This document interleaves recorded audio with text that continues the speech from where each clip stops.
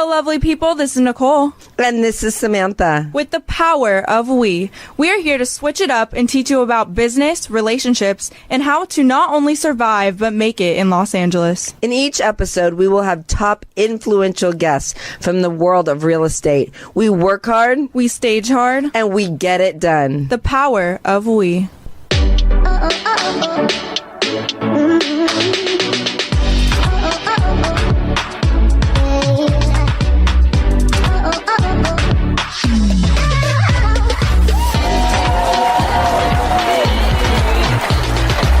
Hey, boo-boo. Hello, how are you? I'm good. How are you?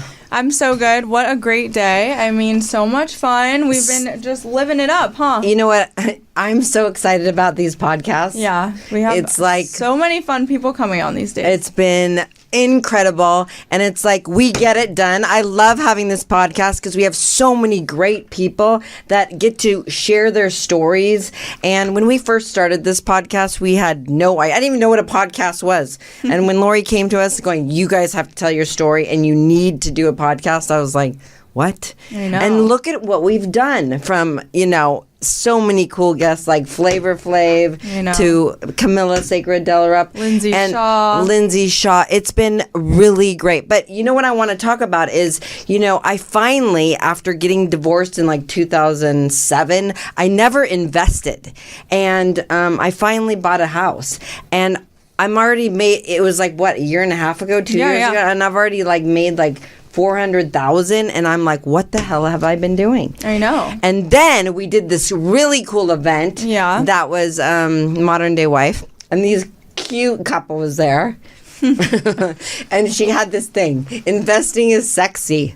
I was like, I love that saying. I can't wait to talk to the person who phrased that. I mean, it was so cool. So, which is really good because I can't wait for you to do your first investment. And I think one of my personal goals is I want to do a flip next year. What do you think about that? Yeah, I should. I own a staging company. I help everyone else. Why am I not doing that for? I know, flipping is a great way to make And I know you're going to be in my face going, okay, I want to do it with you. So anyway, Nicole, why don't you talk about who's coming on? Introducing Anna Kara. From witnessing the fall of the Soviet Union to surviving the hardships of war in Armenia, Anna Kara's life journey is a remarkable testament to resilience and determination. After moving to the U.S. at 12, she quickly realized that success comes to those who hustle. Leaving law school to support her family, she started as a receptionist in the real estate and mortgage company, but soon carved her own path, founding a boutique mortgage company at just 20 years old. Anna and her husband Ron invest in and flip real estate, transforming properties and lives along the way. After 14 years of marriage and a divorce, Anna found her way back to Ron, proving that genuine love and connections are priceless. Through the Anna Kara Foundation, she gives back to her Armenian roots, reminding us that true success is about making a lasting impact. As a mother of 3, entrepreneur, investor, and philanthropist, Anna's legacy is built on grit, authenticity, and the belief that investing is sexy, especially when it's about people. Welcome, Anna. Wow, And welcome. Yay! Anna and her husband, Ron. So excited to have you guys on. I mean, when I met you, I was like, who's this girl next to me? She's so cool. And I was like stealing your cookies. I'm like, you're all about branding. I mean, we have so many questions to ask you, but honestly, I really like that you're a mother because obviously I'm a mother, right? And you're passionate about your business, and that's me. And I remember having lunch with you, and you were like, you gave me one bit of advice. Do you remember what it was? I honestly don't. Okay, so you go, stop having everyone else return your DMs. Yeah. You need to do it. And I'm starting there because that has changed my world. Oh my God, that's amazing. You don't even know, we don't even know what we're doing when we give people's advice, if they take it or not. Yeah. So why did you say that to me? Because it worked for me all these years. It's the connection with people. It worked for me. Exactly. Exactly. So so let's talk about it. So you have a mortgage company, right? Yes. I mean, tell me how that started. Well, first of all, thank you for having me. Super excited. I'm super excited to see you. Yay. And I started just as any other girl, pretty much trying to look for a job because my mom had a manufacturing company that went bankrupt, and I needed to work in order for it to support her. And I just started law school. So I got hired at a real estate and a mortgage company as a receptionist. And as the observer that I am, I love studying people and how things work and trying to understand how things work. So I was just observing overall, just how they're getting leads, how they're getting clients, and then just the whole game pretty much. Right. And soon enough, back in the days, they used to do cold calls. And back in the days, I remember that. There was no Thomas, there was no Google. There was just only Thomas Guide, pretty much kind of a deal back in the days. So I realized very quickly that they had over like 20 or 30, it was close to 30 loan officers and real estate agents combined together. And I realized all these leads that they were giving back to me, I'll say about 80%, they were like, no, it's a cold lead. There's nothing happening. It's dead one, nobody's answering. And I realized, and it was time stamping as far as what time they were calling and what time they were trying to get hold of these people. And again, back in the days, there were no smartphones and we're not connected as we are today. And I realized they were calling in at 10 a.m. and they're calling them at like 6, 7 p.m. I'm like, 10 a.m. that I work, nobody's going to answer the phone. And then at 6, 7 p.m. they just got home. They're trying to make dinner with their kids. Nobody's going to talk about mortgage with you.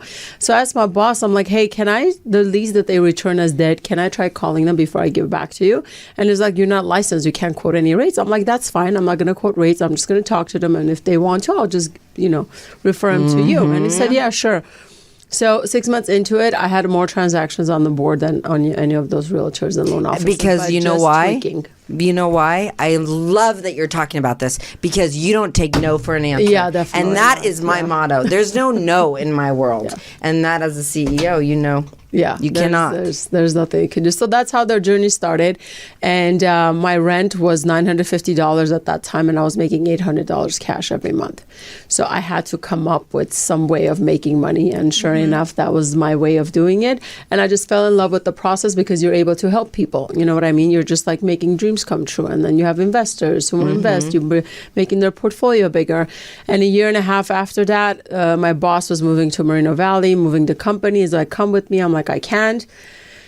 And I was like, you know what? I'm just going to go at it. And at 20, I just went ahead and opened up my mortgage company. And good for you. Wow. At 20 years old. Yeah. Like, think about that. That's only 5 years ago for you. Yeah. That's when you think back 20 years old, can you imagine that you did that? No, I can't. I know. Honestly. I think that's the only crazy. reason I was able to do it because I didn't understand a lot of things, I guess. I was just, my gut feeling was telling me just And do you it. had resilience. Yeah. And I was like, that's it. We just have to do it. So. Yeah. Well, you have so much. So, I mean, really, Nicole's on the podcast with me. So I really want you to hone in on this. So I want them to realize that investing is sexy. And it's also, if you do it at a young age, which I wish I did, God bless it. I sold my houses. So where did you get that term, investing is sexy? Like, where does that come from? See, I've always been the opposite than the mortgage industry out there and the real estate industry altogether. I was like, okay, why are you guys making it so boring? It's so boring. Everybody, back in the days when I started, everybody was like 30 and plus. Like you didn't see younger crowd in there. It's now that you're seeing real estate more younger crowd and the mortgage. But back in the days, it was like 30 plus year olds with like suits and being all serious and all that stuff. And I was like, okay, but I want to bring the girl side into it, the girly side of things. I want to bring the fun side of things. So I always kept my company as a boutique. It was never your corporate office space. So right now my office looks like a living room. When you walk in, it looks like a home living room. It doesn't look like an office. I have to come check it out. Yes, you have to. You love it.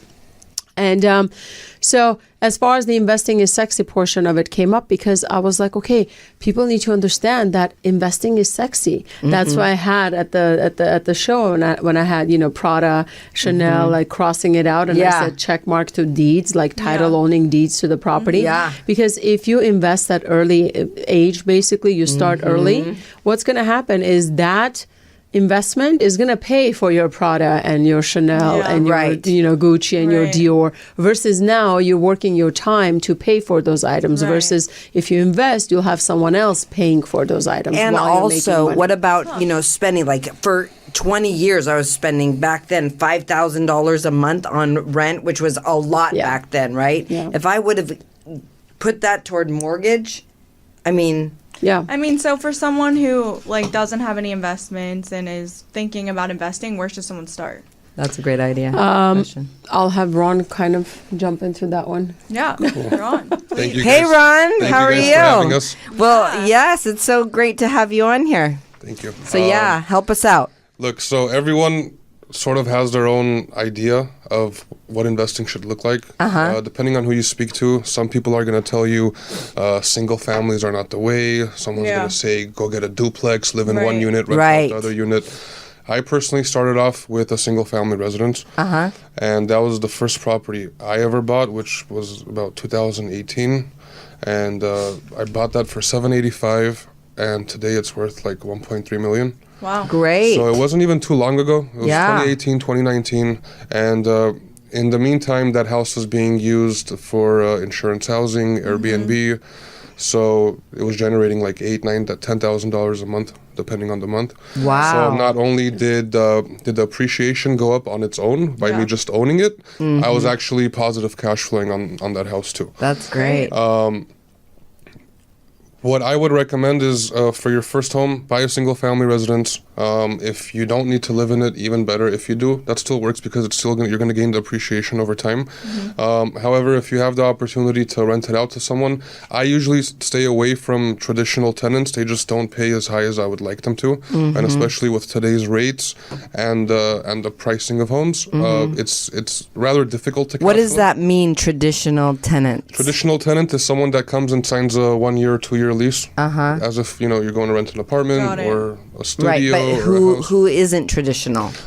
Insurance housing, midterm rentals, short-term rentals such as Airbnb, insurance housing.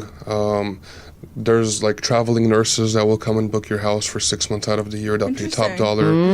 That's great. Usually when you're dealing with businesses or corporations, they're paying a premium to house their employees in that time. So although you might not have the luxury of having a tenant in there for a year, it might be 3 months at a time or 6 months at a time, you leverage that because you're getting paid more on the monthly. That makes sense. So that's a niche strategy that I've focused on and I've doubled down on throughout the years. Right. And that's what's worked for me. And I mean, there's, Okay, well, if that worked for you, but I know you guys do flips too. I know we're going to jump around, but I want to know because I'm serious after I talked to her, like in the beginning of the year, I want to do a flip. Right? And I should have done it millions of years ago because I helped a million flippers over 16 years, by the way. So guide us. So flipping houses. So I always say this, whether you're flipping or you're buying and holding, as an investor, I make my money on the buy, not the sell. Meaning, when I analyze deals and when we analyze deals, I'm always running to her and I'm asking her for her opinion before we do anything. It's you're so nice. The key is to buy at a discounted price. Okay, you never want to go and buy something that's on the market and pay. Let me put it in terms of shopping, MSRP. I love that. I really want my listeners to hear. Did you hear that? Say it again, please. Yeah. You, as an investor, you never want to go and buy something off the market. Right. Because at that point, you're competing with traditional buyers. Right. That's not the game you want to play. As an investor, you make money when you buy at a discounted rate. And the way to buy at a discounted rate is when you're buying distressed homes. Distressed meaning, the house needs some TLC. And is there a lot of distressed homes out there? There is. You just got to find them. Sure. And the more you put yourself out there as an investor, you'll notice that these deals start finding you. When you first get started, you're like, okay, how do I find my first deal? How do I find my first deal? I can't find anything. And then once you do a transaction, then you start getting calls from other people because what happens is there's a database out there and people see who bought this house, when you bought that house. And if you bought it under your personal name or a corporation, they have an idea if you're a business. That makes so much sense because I have like 5 investors that flip, and they constantly are doing it. And I'm like, how do you find these houses? Like, I just ran into one at the Beverly Hills event, and I was like, he's for years, I'm talking 15 years, he's been doing this and flipping, and now he's huge. But so how do you know how much money to put into the property? Because I have like that's a great question too, that like there was a project I was just staging, but the investor was saying how he like put too much money into it, so he's not making money out of it. So how do you know what that like price is and like how to make more money off it, I guess. is my So question. our first 2 or 3 flips, Yeah. we ended up going over budget times 2. Right. And the only way to really get over that hurdle Yeah. is just its experience. Experience. Yeah. Once you've done enough, once you've built a solid crew of reliable people, you can already project what Right. your expenses are and what your costs are. That makes sense. But when you're first getting started off, you might walk in and oh, it looks like 80 grand will be done, just some paint. But the problem is, when you open up the walls, that's when you realize that Got there's it, another got can of it, worms Yeah. in here. And also, I think really when you're doing something, whether it's staging, flipping, whatever it is, you're so passionate about it that they say, oh, that's just an extra $200 to have the better look. Oh. So that's where people get in trouble. I see it all the keeps time when adding up I'm and you don't doing realize. design with the clients. They want, I give them options and they want... And I'm like, you're on a budget. I always go back and tell them, you're on a budget. Are you sure you're going to stay in that budget? Because if they stay in that budget, then they're happy and then I'm happy. So, yeah, I get that. If I also may add to that, one of the keys in order for you not to go over budget Yeah. and for the sale to be profitable, which a lot of people miss this completely, is when you're buying a distressed home, you cannot buy that distressed home whatever is appraising currently on the market. You have to buy it as undervalue. That's why Ron was keep saying that you need to buy it under market value, because what happens if the property is, let's say, worth right now as is condition $600,000, you Right. pay $600,000, you're at zero. Right. So now you're putting your own money into it. You know what Right, I that mean? makes And then sense. you're gonna, some homes we buy over FaceTime. We don't even physically see them. Most. Majority of them. Yeah. It's over FaceTime. Hey, you got this. There's like 20 people standing outside. Wire your money in right now, the deposit, and it'll be yours, kind of a deal. Wow. So that's why. And then when you go in, you don't know what to expect. Some of those spaces, like it needs a brand new roof. It needs brand new this. Yeah. So that's why you have to have your cushion Right. when going in there. But that if the property is worth 600, you're buying it for 500,000. As is, you're already $100,000 Right. equity in there. Okay. Right. So if you spend 150,000. Once you're done with the value with the property, that property is worth, let's say, 800,000. You're already $100,000 equity. You're already saving there. You got your money there Right. back, Right. and you spend extra, let's say, 50,000 on it. So your cost technically is 150, but in reality, you know what I mean. Yeah. Your margin becomes much higher. That's one of the major keys, and people completely miss that. Right. that makes And so you have your mortgage company, you guys started doing flipping, and do you do that a lot right now, the flipping? Right now, we're just kind of mainly buying and turning into units. The single families turning into units because of all the ADUs being allowed and so Right. on. So we're turning into units, and we want to hold on to them. Nice. That's Yeah. great. We That's wanna great. Hold on to them. So how did you guys meet? Go I'll ahead. let you- Well, you're a family business. The reason we're asking because you're a family business, we're a family business, and it's so great to have a family business on here. And like, where did you meet, and how do you how do you deal work with each together? other, right? When there's Everyone always conflict. asks us that, and I think it's a great Yeah, question. let's turn this around on you guys Yes, go because on. your husband. I'll let her explain and then I'll add my 2 cents. Okay, sounds good. Go, Anna. Go. We met, our mutual friend called me. He's like, Anna, I have a really good friend of mine whom I used to work for. He wants to get into the real estate side of things, and he wants to do flips as an investor and so on, but he wants to get insights of things, like how things work as far as the financing goes and the real estate side. He's like, he got his license, he wants to come into work, and I was like, okay, let me call, the best person for you to be next to and so on. Anyways, I was like, I don't want to, I don't have time to babysit anybody. They always come and they don't focus on themselves, they focus Yeah. on me and my clients, and they're like sitting there counting how many clients I have instead of, I'm like, Right. that's a 24 years of work. That's Yeah. why I have those clients. It Yeah. doesn't just show up out of nowhere, He's like, no, he's different, give him a chance. I was like, okay, fine. So I scheduled a meeting. He came and we sat down, we talked, and it's like, this is what I want to do. And so I'm like, okay, fine.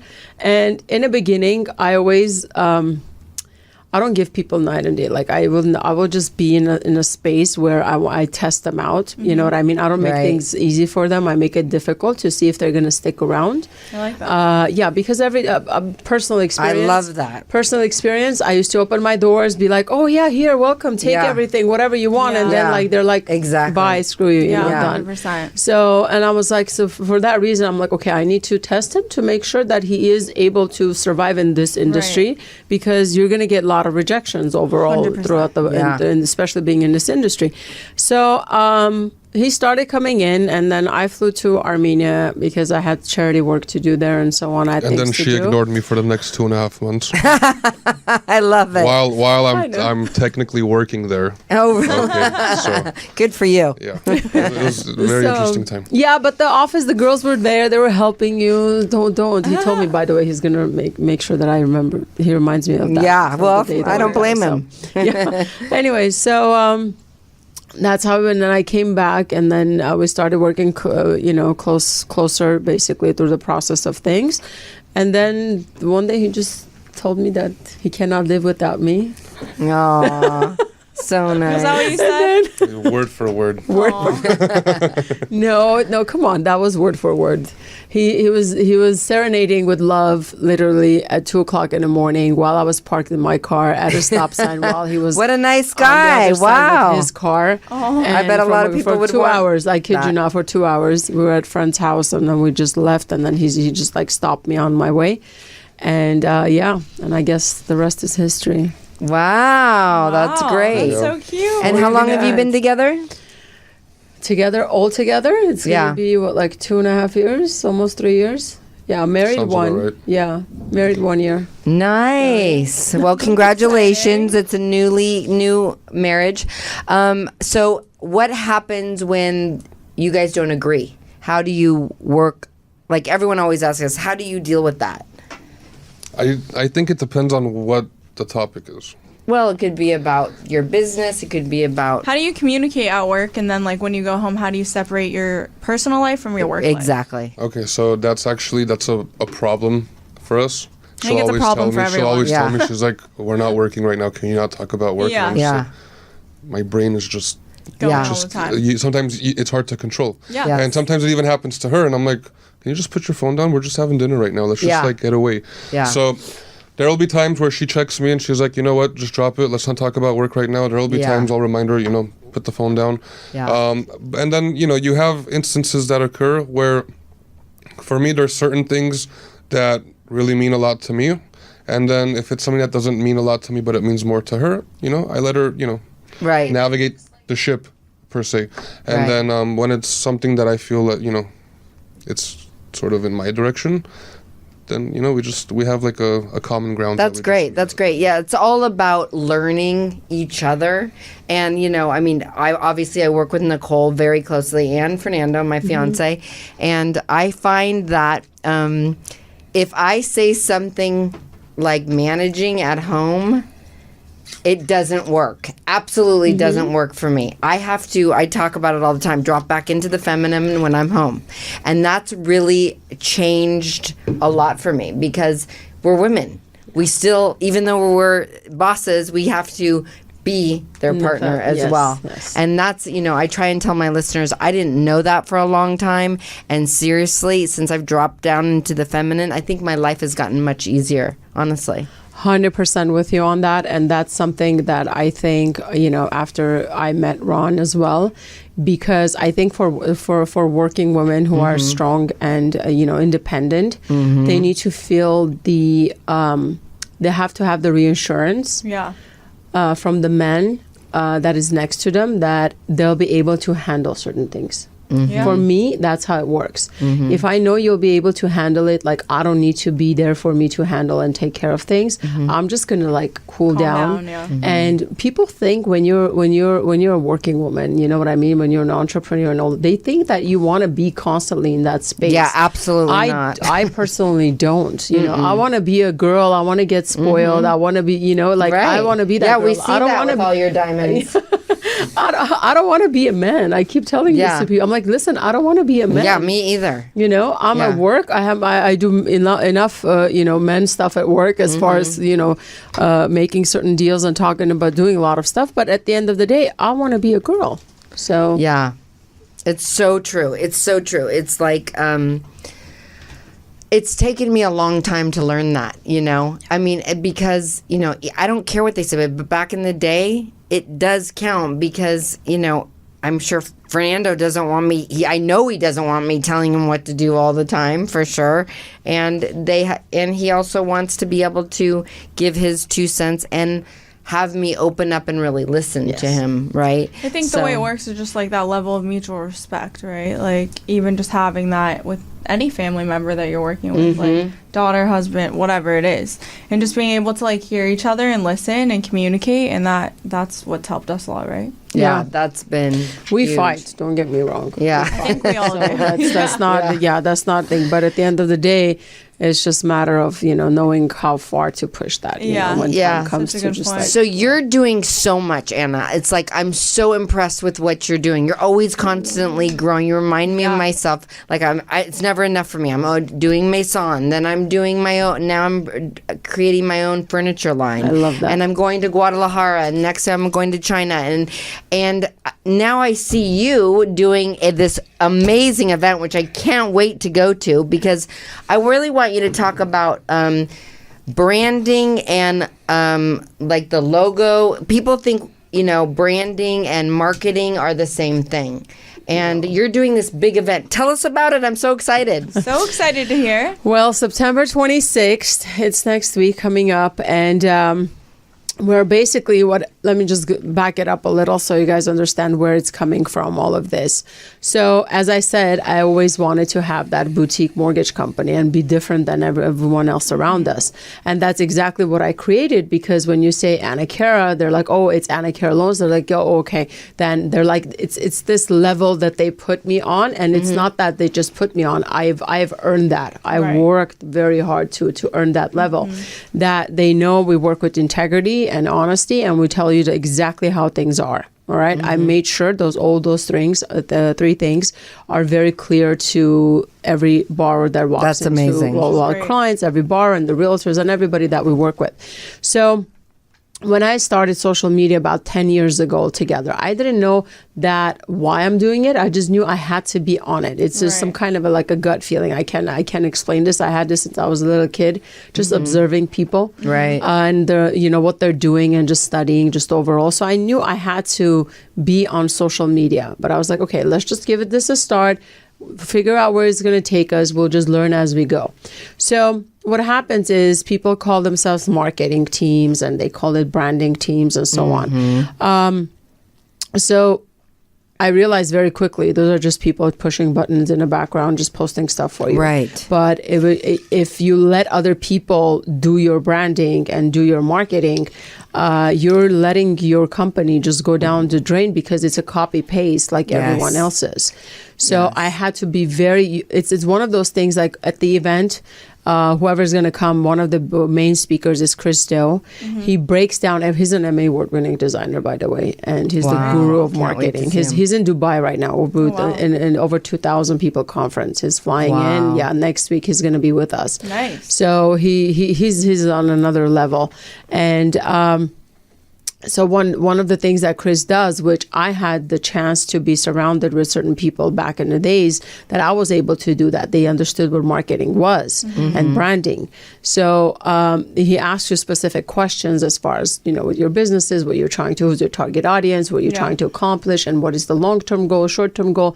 It really gets to the bottom as far as of who you are, because it doesn't matter. That. Yeah, because it doesn't matter if it's a big company or not. Right. It doesn't matter if it's your face or not. At the end of the day, it's your baby. Right. Yeah. You need to understand what you're presenting. That's a good point. So I sat down, I did all the work. I figured, I'm like, I want to make sure we come out with integrity, honesty, be the go-to person for people. Even if we don't do the transactions, I have people calling me, even if I didn't close the transactions, like, can you please look at it? I don't trust this person. My husband's friend is the loan officer. I don't trust this person. Can you please look at the docs? I look at them. No questions asked. I'm like, yeah, sure. Okay, no problem.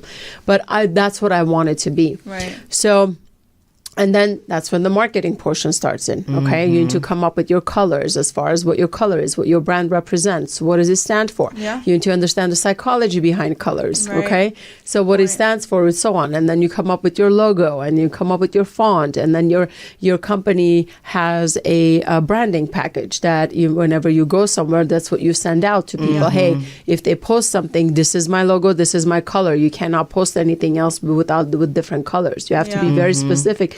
Because what it helps, it's a brand recognition. Right. So people start seeing your logo and everything that you do pretty much. Oh, that's that. Like Coca-Cola, like Nike. Like you see it, you know what it is. Like nobody needs to explain anything to you.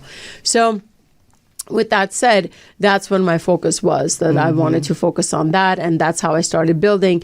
And as far as the videos goes that I started posting, there's different things that I've tried on social media. Obviously, Instagram updates with like every 24 hours. Yeah. They're changing their algorithms, and it's like we can't keep up with it at this point. But just keeping an eye out on that and just monitoring, figuring out which platforms you want to be on, what you want to do, and so on. And I was every video I did, it was very intentional. I didn't want to relay a message that would just for the purpose of getting views and likes. I said to the team that was working, I was like, I don't care if we get one person to watch this, it will be the right person that is going to watch it. Right. I think that's really smart. I don't want freaking 1 million views and no return. Yeah. Right, yeah. Exactly. So, and then DMs.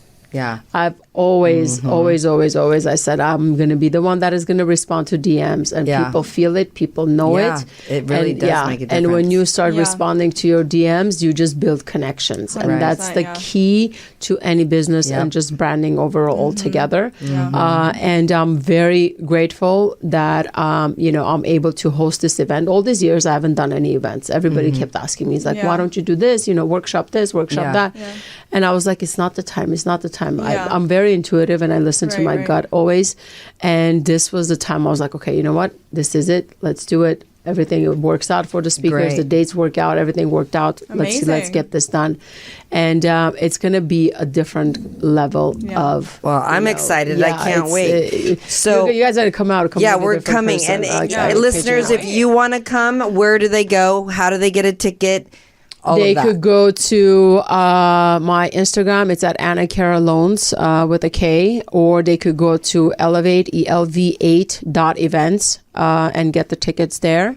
And and what time does it start? I don't see the time on there. Its agenda went up today because we were waiting for Chris to finalize it. It's an all-day event. The doors open at 9. Okay. Light breakfast is going to be served. The first speaker is at 10.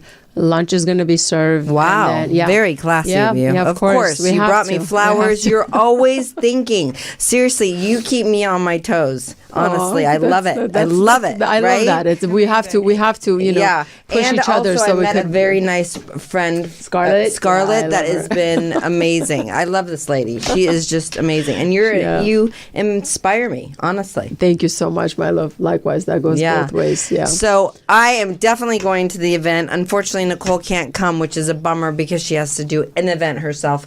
But Dasha and I will be there, and I know so many people. I've sent it out all over the place. Thank you. So I'm sure you're going to have an incredible turnout. And next time I want to hear a lot more from you.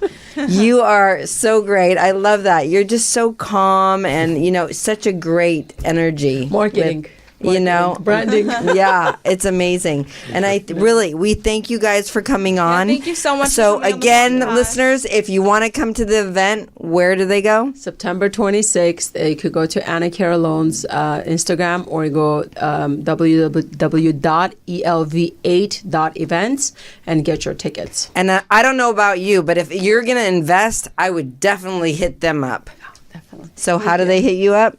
Just the same. Social media. Anna Cara Loans, DM us. We'll be more than happy. All the contact information is there. And but side note, branding, I stopped printing business cards. Interesting. Long time I can't wait to hear everything. I'm so excited. And I'm catchphrase excited. of the day is investing is sexy. sexy. Woo! much.